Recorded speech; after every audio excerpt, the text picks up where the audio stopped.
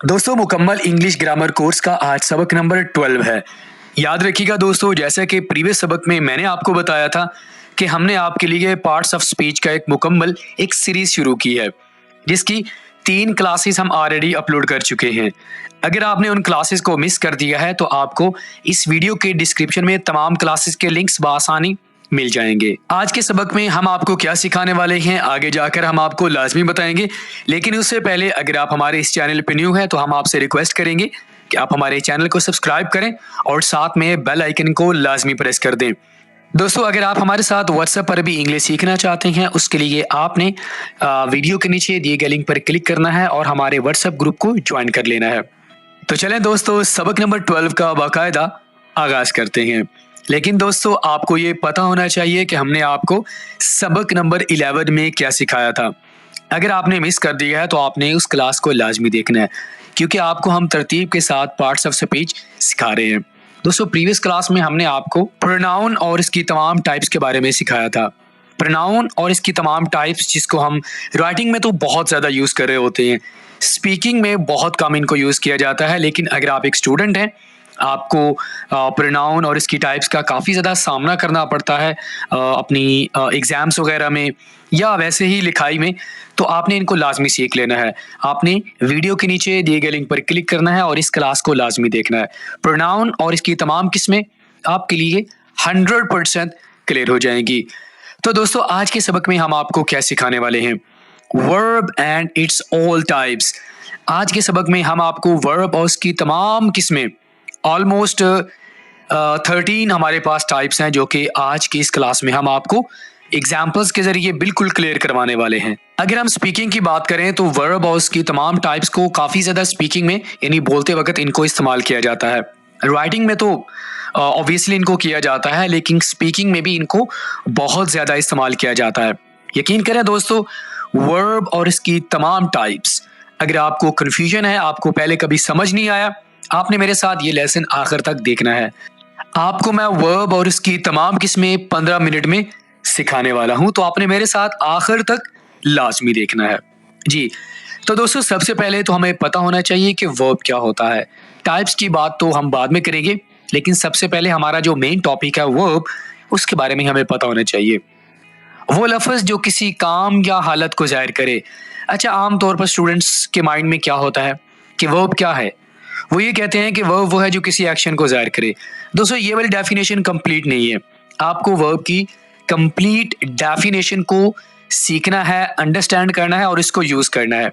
तो वर्ब की जो कंप्लीट डेफिनेशन है वो है ये: वो लफ्ज़ जो किसी काम के बारे में बात करता है, बताता है और साथ में हालत को भी ज़ाहिर करता है। तो याद रखिएगा दोस्तों, वर्ब सिर्फ ये नहीं है कि जो किसी एक्शन के बारे में बात करे। हमारे पास वर्ब वो भी होता है जो किसी हालत के बारे में बात करे, हालत को भी डिस्क्राइब करता है। इसे हम कहते हैं वर्ब। ये बात क्लियर हो गई है? तो आज के बाद आपने सिर्फ ये नहीं कहना कि वर्ब क्या होता है जो किसी एक्शन के बारे में बात करे, बल्कि आपने ये भी कहना है कि वर्ब वो होता है जो किसी एक्शन के बारे में बात करे और किसी सिचुएशन के बारे में भी बात करे, आपकी हालत के बारे में भी बात करे। वो कैसे? एग्जाम्पल देख लेते हैं। अगर हम एक्शन की बात करें तो वर्क काम करना, प्ले खेलना, ईट खाना और ड्रिंक पीना, ये तो हमारे पास एक्शन हो गए। तो हालत को कैसे बताएगा? स्मेल सूंघना, ये यहाँ पर ये हमारे पास बेसिकली स्टेटिव वर्ब है। अलग से हम आगे जाकर आपको बताएंगे कि स्टेटिव वर्ब क्या होता है। बस अभी आप अपने ज़हन में रख लें कि वर्ब वो होता है जो किसी काम को या हालत को बताता है। ठीक है। स्टेट यहाँ पर हम क्या है? सूंघना, स्टेट ये भी एक स्टेट है। उसके बाद हियर सुनना। तो ये हमारे पास है जी वर्ब जो किसी काम को ज़ाहिर करता है और साथ में हालत को बताता है। आपने अपने माइंड में इस डेफिनेशन को आज के बाद फीड कर लेना है। आज के बाद कोई भी अगर आपसे पूछे कि वर्ब क्या होता है, आपने सिर्फ ये नहीं कहना कि दैट शोज एनी एक्शन, बल्कि आपने ये भी कहना है कि a verb that shows any action और स्टेट ऑफ बीइंग, जो किसी हालत के बारे में भी बात करे। ये बात क्लियर हो गई है? आगे बढ़ें। सबसे पहली जो हमारे पास टाइप्स है वो है एक्शन वर्ब। फाइल के किसी भी काम को बताने को जाहिर करता है। एक्शन का माना क्या होता है? कोई अमल, कोई भी काम। तो जब आप किसी काम के बारे में बात करना चाहते हैं, आप एक्शन वर्ब का इस्तेमाल करते हैं। ठीक है। एग्जाम्पल देख लेते हैं। वो दूध पीता है, ही ड्रिंक्स मिल्क। अब यहाँ पर एक्शन कहाँ पे है? ये हमारे पास है एक्शन। जो पीने का अमल है ये हमारे पास एक एक्शन है, ठीक है। ही ड्रिंक्स मिल्क, वो बर्गर खाती है। शी ईट्स बर्गर, तो खाने का जो अमल है, ठीक है, ये हमारे पास एक्शन हुआ। मैं क्रिकेट खेलता हूँ, आई प्ले क्रिकेट, प्ले हमारे पास क्या हुआ, एक्शन वर्ब। तो एक्शन वर्ब क्या होता है, फाइल के किसी भी काम को बताने को जाहिर करता है। यानी फाइल कौन सा काम कर रहा है, फाइल खेल रहा है, फाइल सो रहा है, फाइल जा रहा है, फाइल भाग रहा है, फाइल मदद कर रहा है, फाइल जौन सा भी काम कर रहा होगा ना, उसे हम क्या कहते हैं, एक्शन वर्ब कहते हैं। तो पहली टाइप्स हमारे पास क्या हुई, एक्शन वर्ब, जो फाइल के किसी भी काम को जाहिर करता है। आगे बढ़ते हैं। उसके बाद हमारे पास है जी ट्रांजिटिव वर्ब। बहुत सारे स्टूडेंट्स को यकीन करें ट्रांजिटिव और इनट्रांजिटिव वर्ब्स के बारे में नहीं पता। अगर आपको नहीं पता तो आपने गौर से सुनना है कि ट्रांजिटिव वर्ब क्या होता है। सबसे पहले डेफिनेशन देख लेते हैं। वो फेल जो मफऊल के बगैर अपना माना मुकम्मल नहीं दे सकता। दोस्तों याद रखिएगा, हमारे पास कुछ ऐसे वर्ब्स होते हैं जो कि अपना माना मुकम्मल नहीं कर सकते जब तक हम उन वर्ब्स के साथ कोई मफऊल नहीं लगाते, ठीक है। अगर हम उन वर्ब को अकेला छोड़ दें तो वो अपना माना नहीं दे सकते, लिहाजा उनके साथ आपने हर हाल में ऑब्जेक्ट लगाना है। एग्जाम्पल देख लेते हैं, मजीद आपको क्लियर हो जाएगा। उसने किताब खरीदी, शी बॉट अ बुक। अब यहाँ पर अगर आप सिर्फ ये कहते हैं शी बॉट, उसने खरीदा, आपको समझ नहीं आएगी कि उसने क्या खरीदा। अब यहाँ पर आपने हर हाल में मेंशन करना है कि उसने क्या चीज़ खरीदी है, ठीक है। तो यहाँ पर क्या बात आपने मेंशन करनी है कि आपने मफऊल को मेंशन करना है कि उसने क्या चीज खरीदी है। तो जब आप ये मेंशन कर देंगे तो आपका माना मुकम्मल हो जाएगा। ये हमारे पास है ट्रांजिटिव वर्ब। समझ आ गई है। उसने खत लिखा, ही रोट अ लेटर। अच्छा दोस्तों, अगर आप यहाँ पर ये कह दें कि ही रोट, अब आप खुद भी सोचते रहेंगे, आगे वाला बंदा तो सोचेगा कि उसने क्या लिखा। तो यहाँ पर आपने मेंशन करना है कि आगे वाले शख्स ने क्या लिखा। उसने खत लिखा, उसने नोट लिखा, उसने क्या लिखा। तो यहाँ पर ऑब्जेक्ट आपने हर हाल में मेंशन करना है। अगर आप नहीं मेंशन करेंगे, अगर आप नहीं लगाएंगे तो आपका माना मुकम्मल नहीं होगा। वर्ब का कोई फ़ायदा नहीं होगा लगाने का, क्योंकि जब आपकी बात ही समझ नहीं आएगी तो फ़ायदा। तो यहाँ पर जब आप लगा देंगे ही रोट अ लेटर, बात आपकी समझ आ जाएगी, ठीक है। मैं कार चलाता हूँ, आई ड्राइव अ कार। अगर आप सिर्फ ये कहते हैं आई ड्राइव तो कुछ समझ नहीं आएगा, ठीक है। तो आपने मफूल को मेंशन करना है। तो ट्रांजिटिव वर्ब हमारे पास क्या होते हैं, वो फेल जो मफूल के बगैर, मफूल इंग्लिश में क्या कहते हैं, ऑब्जेक्ट, जो ऑब्जेक्ट के बगैर अपना माना मुकम्मल नहीं कर सकते। मतलब क्या है कि आपने हर हाल में ऑब्जेक्ट को आखिर में लेकर आना है। अगर आप नहीं लेकर आएंगे तो आपका माना मुकम्मल नहीं होगा, बात समझ नहीं आएगी। इन्हीं वर्ब्स को हम क्या कहते हैं, ट्रांजिटिव वर्ब कहते हैं। अब जरा देख लेते हैं कि इंट्रांजिटिव वर्ब्स क्या होगा। इसका आप उलट कर लें, वो फेल जो मफूल के बगैर अपना माना मुकम्मल दे सकते हैं। ट्रांजिटिव वर्ब्स वो होते हैं जो मफूल के बगैर अपना माना मुकम्मल नहीं दे सकते, हमें ऑब्जेक्ट हर हाल में आखिर में लगाना होता है। इंट्रांजिटिव वर्ब वो होते हैं जो मफूल यानी ऑब्जेक्ट आप ना भी लगाओ तब भी कोई ज़रूरत नहीं है, वो मफूल के बगैर भी अपना माना मुकम्मल दे सकते हैं, वो ऐसे फेल होते हैं। एग्जाम्पल देख लेते हैं, आपको समझ आ जाएगी। वो भागती है, शी रन्स। तो ये रन्स हमारे पास क्या हुआ, इंट्रांजिटिव वर्ब है। रन्स के साथ आप कोई भी ऑब्जेक्ट ना लगाओ, बात आपकी फिर भी समझ आ जाएगी आगे वाले को कि वो भागती है, माना मुकम्मल है। यहाँ पर आपको सोचना नहीं पड़ेगा कि वो कहाँ भागती है, वो कैसे भागती है। आप अपना माइंड कहीं भी लेकर नहीं जाएंगे क्योंकि आपको बात जब समझ आ गई है, ठीक है। हम मुस्कुराते हैं, वी स्माइल, ठीक है, वो काम करता है, ही वर्क्स। तो ऐसे वर्ब्स जिनके साथ अगर हम ऑब्जेक्ट ना भी लगाएं तब भी अपना माना मुकम्मल देते हैं, यानी आगे वाले को बात समझ आ जाती है, इनको हम इंग्लिश में क्या कहते हैं, इंग्लिश ग्रामर में इंट्रांजिटिव वर्ब कहते हैं। मुझे यकीन है कि अब आपको ट्रांजिटिव और इंट्रांजिटिव वर्ब के बारे में कभी भी कोई कंफ्यूजन नहीं रहेगी। नंबर 4 पे दोस्तों हमारे पास वर्ब आ गया हेल्पिंग वर्ब। किसी भी जुमले का टेंस बताना हो, कोई आपने हालत बतानी हो तो आप इनको यूज करते हैं। जुमले का आपने टेंस बताना हो कि टेंस कौन सा है, प्रेजेंट है, पास्ट है, फ्यूचर है, कोई आपने कंडीशन बतानी हो तो आप हेल्पिंग वर्ब को यूज करते हैं। एग्जाम्पल के जरिए आपको सही समझ आएगा। अब देखें, आई प्ले क्रिकेट, ये हमारे पास है जी प्रेजेंट टेंस। प्रेजेंट टेंस है ना, मैं क्रिकेट खेलता हूँ, ठीक है। अब यहाँ पर हमने इसको क्या करना है, इसको हमने प्रेजेंट कंटिन्यूस बनाना है, तो हम क्या करेंगे, हम यहाँ पर इसके साथ हेल्पिंग वर्ब लगा देंगे। क्या लगा देंगे? हेल्पिंग वर्ब, यानी जिसे उर्दू में इमदादी फेल कहा जाता है, हम इसके साथ इमदादी फेल लगा देंगे तो ये हमारे पास टेंस चेंज हो जाएगा। वो कैसे? अब देखें, यहाँ पर हमने चेंज किया जी, यहाँ पर हम हेल्पिंग वर्ब को लेके आए, आई एम प्लेइंग क्रिकेट। तो जब आप आई के साथ हेल्पिंग वर्ब को लेके आए हैं तो हमारे पास टेंस चेंज हो गया, साथ में माना भी चेंज हो गया। तो माना क्या बना? मैं क्रिकेट खेल रहा हूं। तो आपको मैंने क्या बताया था? हेल्पिंग वर्ब, आप किसी भी जुमले के टेंस को बताना चाहते हैं तो आप हेल्पिंग वर्ब का इस्तेमाल करते हैं। तो यहाँ पर एम को जब आपने इस्तेमाल किया तो इसने आपको बता दिया कि ये जमाना कौन सा है। ये प्रेजेंट कॉन्टिन्यूस बन गया। क्या बन गया? प्रेजेंट कॉन्टिन्यूस आपके पास बन गया। ठीक है, एक और एग्जाम्पल देख लेते हैं। शी ईट्स मील, ये हमारे पास क्या है? प्रेजेंट इंडेफिनिट टेंस है। अब यहाँ पर हम इसके साथ हेल्पिंग वर्ब लगाएंगे तो इसका जो समाना होगा, यानी जो टेंस होगा, वो चेंज हो जाएगा। वो कैसे? शी वॉज ईटिंग मील, वो खाना खाती है, वो खाना खा रही थी। माना चेंज हो गया, टेंस जब चेंज हो गया तो माना तो ऑटोमेटिकली चेंज हो जाता है, ये तो आपको पता होगा। जब हमने इसके साथ वाज लगाया तो ये हमारे पास प्रेजेंट इंडेफिनिट टेंस से पास्ट कंटिन्यूस बन गया। क्या बन गया? पास्ट कंटिन्यूस बन गया। ठीक है, तो हेल्पिंग वर्ब का काम क्या होता है? किसी भी जुमले का टेंस बताना हो तो आप हेल्पिंग वर्ब का इस्तेमाल करते हैं।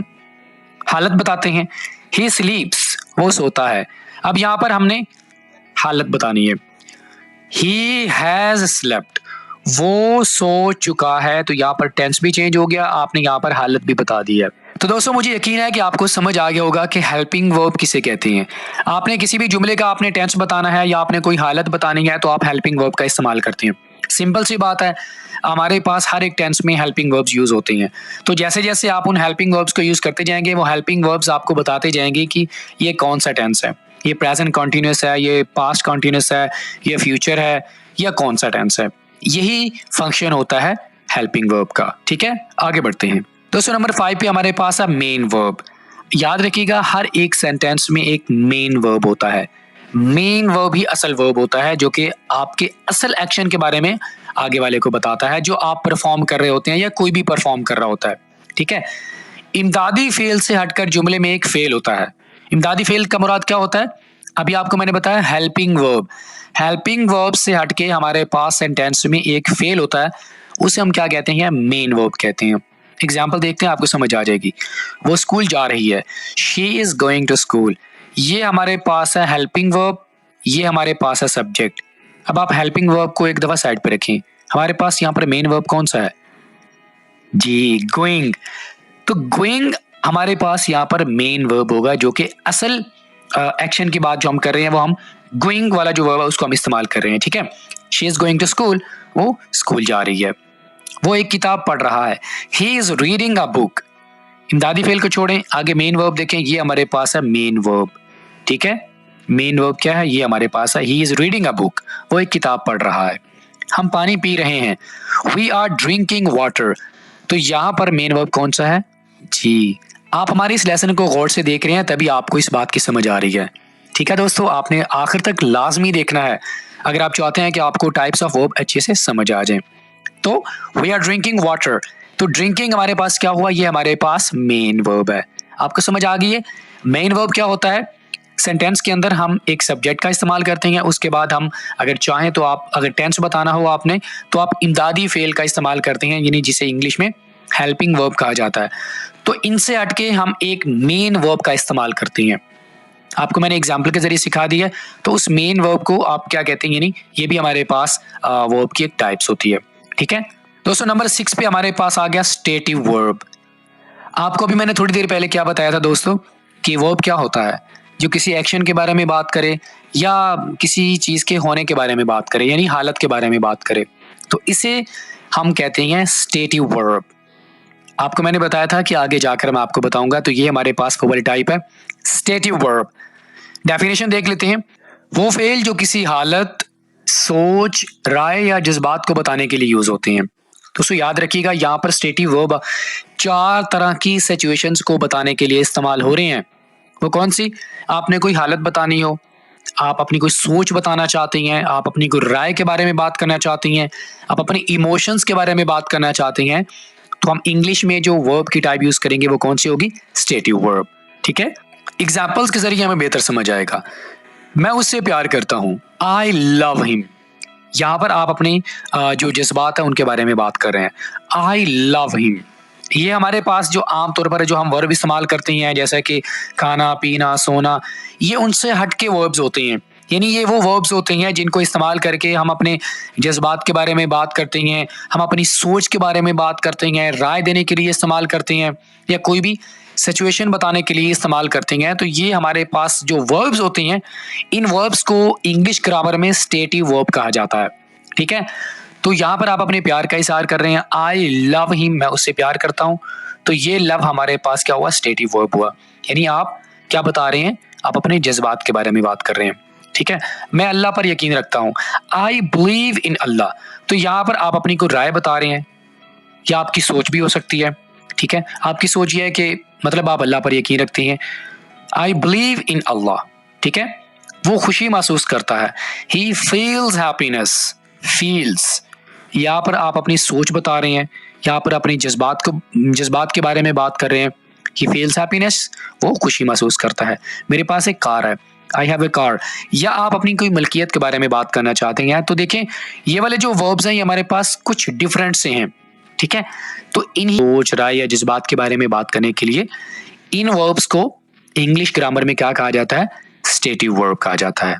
मजीद हमारे पास और भी इसकी एग्जांपल्स हैं, जैसे कि आई एम इल, मैं बीमार हूं, तो यहाँ पर हमारे पास ये स्टेटिव वर्ब है। आई लाइक हिम, ये लाइक जो हमारे पास क्या है, ये भी स्टेटिव वर्ब है। I dislike him. ठीक है, शी लुक्स गुड। तो ये जो इस तरह के जो वर्ब्स होते हैं इनको इंग्लिश ग्रामर में क्या कहा जाता है? Stative verbs. क्लियर हो गया आपको दोस्तों? आगे बढ़ती हैं दोस्तों। नंबर 7 पे हमारे पास आ गया जी फिनाइट वर्ब। क्या बोलना है इसको? Finite verb. डेफिनेशन देख लेते हैं। वो फेल जिसका एक फाइल होता है और कोई जमाना बताता है। अच्छा, एक चीज मैं आपको बता दूं, आपको डेफिनेशन से कोई भी वर्ब शायद समझ ना आए, लेकिन जब हम आपको एग्जांपल्स के जरिए समझाएंगे तो आपको अच्छे से समझ आ जाएगा। ठीक है, तो आपने सिर्फ डेफिनेशन पे गौर नहीं करना, आपने साथ में जो मैं आपको एग्जांपल्स दे रहा हूं आपने उन पर भी गौर करना है। तो डेफिनेशन क्या है? वो फेल जिसका एक फाइल होता है, यानी जिसका एक सब्जेक्ट होता है और आपको कोई ना कोई जमाना बता रहा होता है। जमाने से मुराद क्या है? कोई ना कोई टेंस होगा, वो आपको बता रहा होगा। एग्जाम्पल देखते हैं। अली कुक्स मील, ये हमारे पास वर्ब है कुक्स। तो आपने गौर करना है कि ये कौन सा जमाना बता रहा है। आखिर में एस लगा हुआ है, तो एस और एस का इस्तेमाल हम कौन से टेंस में करते हैं? जी, हम प्रेजेंट इंडेफिनिट टेंस में एस और एस का इस्तेमाल करते हैं। तो ये तो बात क्लियर होगी ना आपको कि ये प्रेजेंट इंडेफिनिट टेंस यानी जमाना हाल है। ठीक है, तो कुछ बात आपको समझ आ गई ना। उसके बाद शी इज टीचिंग, वो पढ़ा रही है। दोस्तों, एक चीज तो आपको मैंने काफी दफा बताई है कि वर्ब के आखिर में अगर आईएनजी लगा हो तो ये बेसिकली आपको क्या बता रहा है कि कोई जारी काम के बारे में बात हो रही है। ठीक है, शी इज टीचिंग। सबसे पहले तो आपको पता होना चाहिए कि हेल्पिंग वर्ब्स को, ये वाला जो हेल्पिंग वर्ब है इसको हम कौन से टेंस में इस्तेमाल करते हैं? जी, प्रेजेंट कंटीन्यूअस टेंस में इस्तेमाल करते हैं। ठीक है, तो ये हमारे पास प्रेजेंट कंटीन्यूअस हुआ। शी इज टीचिंग, तो टीचिंग हमारे पास फिनाइट वर्ब है जो कोई जमाना बता रहा है और साथ में इसका फाइल भी है। क्लियर हो गया ना? वो हॉकी खेलता है, ही प्लेज हॉकी। तो ये हमारे पास दूसरी एग्जांपल आ गई है, जैसा कि Ali cooks meal, he plays hockey, ये भी हमारे पास जमाना हाल है। ठीक है, हम खा रहे थे, वी वर ईटिंग। तो वर का इस्तेमाल, ये जो हमारे पास हेल्पिंग वर्ब है इसको हम कहाँ पे इस्तेमाल करते हैं? पास्ट कंटीन्यूअस टेंस में इस्तेमाल करते हैं। तो ईटिंग हमारे पास फिनाइट वर्ब है। ये वर्ब हमें क्या बता रहा है कि यहाँ पर हम जो एक्शन के बारे में बात कर रहे हैं, जो जमाना हम इस्तेमाल कर रहे हैं वो कौन सा है? जमाना है माजी जारी, यानी पास्ट कंटीन्यूअस टेंस। बहुत ही सिंपल है। वो फेल जिसका फाइल होता है और मेन चीज जो आपने अपने माइंड में रखनी है, आपको कोई ना कोई टेंस के बारे में बता रहा होता है, ये वो वाला वर्ब होता है। आपको क्लियर हो गया? आगे बढ़ते हैं। इसके हमारे पास दूसरी एक टाइप्स है। पहले तो फिनाइट है, उसके बाद है नॉन फिनाइट वर्ब, जैसे कि ट्रांजिटिव एंड इंट्रांजिटिव। तो फिनाइट का आपने उल्ट कर लेना है। तो नॉन फिनाइट हमारे पास क्या होगा? वो फेल जो ना किसी जमाने को बताता है। ये सबसे मेन पॉइंट है, ये किसी जमाने के बारे में बात नहीं करेगा। जैसे कि ये देखें, ये जहां पर आपको जमाना बताया जा रहा है, अली कुक्स मील जमाना है, हाल यानी प्रेजेंट कंटिन्यूअस टेंस, और ये है प्रेजेंट कंटिन्यूअस टेंस। तो यहाँ पर आपको कोई जमाना के बारे में नहीं बताया जाएगा। नॉन फिनाइट वर्ब आपको कोई जमाना नहीं बताएगा कि ये कौन सा टेंस है, नहीं आपको तादाद के बारे में बताया जाएगा, नहीं आपको किसी शख्स के बारे में ये बताएगा। तो नॉन फिनाइट क्या हुआ? वो फेल, ये सिंपल सी चीज अपने माइंड में रखें, जो आपको किसी भी टेंस के बारे में ना बताए। एग्जाम्पल देख लेते हैं। अली क्रिकेट खेलने गया, Ali went to play cricket. सबसे पहले तो हमने देखना है कि हमारे पास नॉन फिनाइट वर्ब कौन सा है। ये देखें, मैंने नीचे लाइन लगाई हुई है, आपने गौर करना है। ये वाला हमारे पास क्या है? नॉन फिनाइट वर्ब है। टू प्ले, सिर्फ प्ले नहीं है, ये बात याद रखिएगा। टू प्ले ये हमारे पास ऐसा वर्ब है, नॉन फिनाइट वर्ब है, जो ना किसी जमाने को बता रहा है, ना ही किसी शख्स के बारे में बात कर रहा है, ना ही किसी तादाद को बता रहा है। Ali went to play, Ali cricket खेलने गया। तो इंग्लिश ग्रामर में ऐसे वर्ब को इन्फिनेटिव कहा जाता है। तो इन्फिनेटिव ना किसी जमाने को नहीं बताता। क्लियर हो गया? आगे देख लेते हैं। इसकी मदद करना मेरा मुश्किल है। Helping him is my hobby. तो यहाँ पर जो हेल्पिंग है ये नॉन फिनाइट वर्ब है, ये किसी भी जमाने को नहीं बता रहा, ये हमारे पास है प्रेजेंट पार्टिसिपल। ठीक है। इसी तरह पैदल चलना अच्छी आदत है, walking is a good habit. तो ये वॉकिंग नॉन फिनाइट वर्ब है, आपको किसी जमाने के बारे में नहीं बता रहा, तो ये हमारे पास जेरेंड है। ठीक है। इसने मोबाइल तोड़ दिया, ये पास पार्टिसिपल है। She has broken mobile. तो यहाँ पर ब्रोकन आपको कुछ भी नहीं बता रहा, आपको किसी जमाने के बारे में नहीं बता रहा। ठीक है। तो यहाँ पर आप बेसिकली एक हालत को बता रहे हैं, ये बात याद रखिएगा। ये यहाँ पर आप किसी हालत को बता रहे हैं। नॉन फिनाइट वर्ब को इस्तेमाल करके हम किसी हालत के बारे में भी बात कर सकते हैं। तो ये हमारे पास क्या हुआ? पास्ट पार्टिसिपल के बारे में नहीं बताता। क्लियर हो गया? नंबर 9 पे हमारे पास आ गया जी रेगुलर वर्ब। ये भी सिंपल है, बस आपने थोड़ी सी तवज्जो करनी है। वो फेल जिसकी माजी बनाने के लिए आखिर में डी का इजाफा किया जाता है। आप बचपन से पढ़ते आ रहे होंगे रेगुलर और इरेगुलर वर्ब्स। अगर आपको समझ नहीं आया तो जरा गौर कर लें, आपको समझ आ जाएगा। हमारे पास इंग्लिश ग्रामर में यानी इंग्लिश में कुछ वर्ब्स होते हैं जिनको अगर हम माजी में इस्तेमाल करना चाहते हैं तो उनके आखिर में हम डी का इजाफा करते हैं या ईडी का इजाफा करते हैं। इन्हीं वर्ब्स को इंग्लिश ग्रामर में इंग्लिश में रेगुलर वर्ब कहा जाता है। वो कैसे? वर्क, ये रेगुलर वर्ब है। अगर आप इसकी पास्ट बनाना चाहते हैं तो आप इसके आखिर में क्या लगाते हैं? आप ईडी लगा देते हैं, वर्कड, और इसकी पास्ट पार्टिसिपल भी क्या बनेगी? वर्कड। हेल्प, हेल्प्ड, और पास्ट पार्टिसिपल भी हेल्प्ड। Hate, hated, hated. तो याद रखिए दोस्तों, रेगुलर वो वर्ब होते हैं, वो फेल होते हैं जिनकी माजी बनाने के लिए आखिर में आप डी या ईडी का इजाफा करते हैं। ये बहुत ही सिंपल है। ठीक है। इसके उलट हमारे पास आ गया जी इर्रेगुलर वर्ब, जैसे कि transitive, intransitive, finite, non finite, regular and irregular verb. Irregular verb वो फेल जिसकी माजी बनाने के लिए आखिर में आप डी ईडी का इजाफा बिल्कुल भी नहीं करते, बल्कि आप मुख्तलिफ तरीके यूज करते हैं इर्रेगुलर वर्ब्स बनाने के लिए। वो कैसे? कम, came, come, eat, ate, eaten, feel, felt, felt। तो यहां पर जो तीनों एग्जाम्पल्स हैं इनके आखिर में देखिए हमने पास्ट बनाने के लिए डी का इजाफा किया? बिल्कुल भी नहीं किया। तो ऐसे अफाल, ऐसे वर्ब्स जिनकी पास्ट बनाने के लिए हम आखिर में डी का इजाफा नहीं करते बल्कि मुख्तलिफ तरीके इस्तेमाल किए जाते हैं, इनको इंग्लिश ग्रामर में मुझे उम्मीद है कि ये आपको समझ आ गए होंगे। उसके बाद हमारे पास है जी मॉडल वर्ब्स। डेफिनेशन देख लेते हैं। वो फेल जो इम्कान, काबिलियत, इजाजत या फराइज ज़ाहिर करने के लिए यूज होते हैं, इनको मॉडल वर्ब्स कहा जाता है। ठीक है। तो मॉडल वर्ब्स का बेसिकली पर्पस क्या होता है कि पॉसिबिलिटी के बारे में बात करना, एबिलिटी, परमिशंस या ऑब्लिगेशंस के बारे में बात करने के लिए हम मॉडल वर्ब्स का इस्तेमाल करते हैं। एग्जाम्पल देख लेते हैं। मुझे कवानीन की पासदारी करनी चाहिए, आई शुड ओबे द रूल्स। तो यहाँ पर आप फरीजे की बात कर रहे हैं।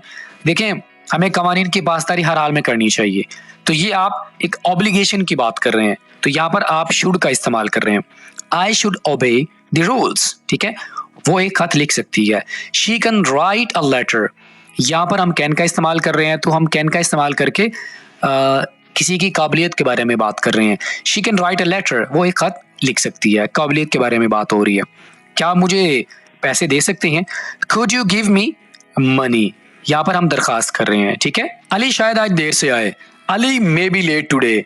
ये मे का इस्तेमाल आप कर रहे हैं, आप पॉसिबिलिटी के बारे में बात करने के लिए आप यहाँ पर इस्तेमाल कर रहे हैं इसको। तो याद रखिएगा दोस्तों, मॉडल वर्ब का इस्तेमाल हम पॉसिबिलिटी के बारे में बात करनी हो, काबिलियत के बारे में बात करनी हो, परमिशंस, ऑब्लिगेशंस, तो इन तमाम सिचुएशंस के बारे में अगर आप बात करना चाहते हैं तो आप इंग्लिश ग्रामर में जो वर्ब की टाइप्स यूज करते हैं वो है मॉडल वर्ब। क्लियर होगा दोस्तों, आगे बढ़ते हैं। नंबर 12 पे हमारे पास टाइप है फ्रेजल वर्ब्स। डेफिनेशन देख लेते हैं। इसमें मुख्तलिफ अल्फाज शामिल होते हैं जो कि असल वर्ब से हटकर माना देती हैं। अच्छा, ये समझना भी आपके लिए जरूरी है दोस्तों। एक चीज आपने अपने माइंड में रखनी है, फ्रेजल वर्ब्स को बनाने के लिए हम प्रपोजिशन का इस्तेमाल कर सकते हैं, ठीक है, जैसा कि आप एग्जाम्पल में देख सकते हैं, और मोस्टली प्रपोजिशंस का ही इस्तेमाल किया जाता है। इसी वजह से इन वर्ब के टाइप्स को क्या कहा जाता है, फ्रेजल वर्ब्स कहा जाता है। एग्जाम्पल देख लेते हैं। हवाले करना, हैंड ओवर, हवाले करना, यहाँ पर हमने ओवर प्रपोजिशन का इस्तेमाल किया है। रन, रन का माना क्या होता है, भागना। आपने इसके साथ प्रपोजिशन लगाई आउट, तो ये क्या बन गया, इसका माना चेंज हो गया, कमी हो जाना, ठीक है। अमल करना, एक्ट अपॉन, एक्ट का माना हमारे पास और था, ये हमारे पास एक वर्ब था, हमने इसके साथ क्या लगा दिया, अपॉन लगा दिया, प्रपोजिशन लगा दी, तो ये हमारे पास माना चेंज हो गया, ठीक है। मुकर जाना, बैक आउट, बैक का माना होता है वापसी, ठीक है। जब आपने इसके साथ प्रपोजिशन आउट लगा दी तो इसका माना चेंज हो गया, यानी अपने वादे से फिर जाना। तो याद रखिए दोस्तों, फ्रेजल वर्ब्स हमारे पास वो वर्ब्स होते हैं जिनके साथ हम प्रपोजिशन का इस्तेमाल करते हैं और उन वर्ब का माना चेंज हम कर देते हैं। अभी आपको मैंने बताया 4 वर्ब्स आपके सामने मैंने रखी हैं, इन चारों वर्ब्स का माना चेंज हो चुका है, ठीक है। प्रपोजिशन के साथ आप इस्तेमाल करेंगे और उनका जो माना होगा वो चेंज हो जाएगा। इस टाइप को क्या कहा जाता है, फ्रेजल वर्ब कहा जाता है, ठीक है। लास्ट में दोस्तों हमारे पास टाइप आ गई है लिंकिंग वर्ब। ये भी बहुत ज्यादा इस्तेमाल की जाती है, फाइल और फेल को आपस में मिलाता है ताकि मजीद मालूमात हासिल की जा सके। दोस्तों लिंकिंग वर्ब का काम क्या होता है कि इसने फाइल और फेल को आपस में मिलाना होता है। अब मिलाने का मकसद ये होता है कि ताकि हमें मजीद मालूमात, हम जो इन्फॉर्मेशन हासिल करना चाहते हैं वो हमें हासिल हो सके, ठीक है। लिंकिंग वर्ब हमारे पास कौन कौन से हैं, is, am, are, was, were, feel, looks, taste, smells and become. तो हमारे पास सिर्फ ये लिंकिंग वर्ब्स नहीं है, is, am, are, was, were सिर्फ हमारे पास लिंकिंग वर्ब्स नहीं है, बल्कि हमारे पास ये भी लिंकिंग वर्ब्स हैं। ये भी आपने अपने ज़हन में रख लेना, ठीक है। एग्जाम्पल देख लेते हैं, आपको मजीद क्लियर हो जाएगा। सना इज हैप्पी, सना खुश है, तो यहाँ पर हमने हेल्पिंग वर्ब लगाया है इज, माना भी आपने देखना क्या है, सना खुश है, ठीक है।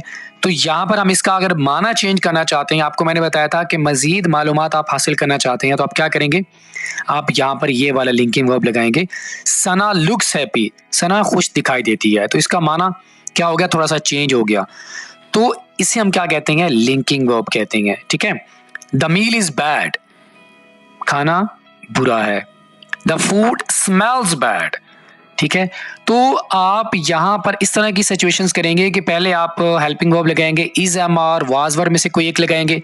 उसके बाद आप मजीद अगर उसमें मालूमात हासिल करना चाहते हैं तो आप क्या करेंगे, और इसमें से फील, लुक्स, टेस्ट, स्मेल्स या बिकम, इनमें से आप कोई भी हेल्प जो लिंकिंग वर्ब है उसका आप इस्तेमाल कर लेंगे, ठीक है।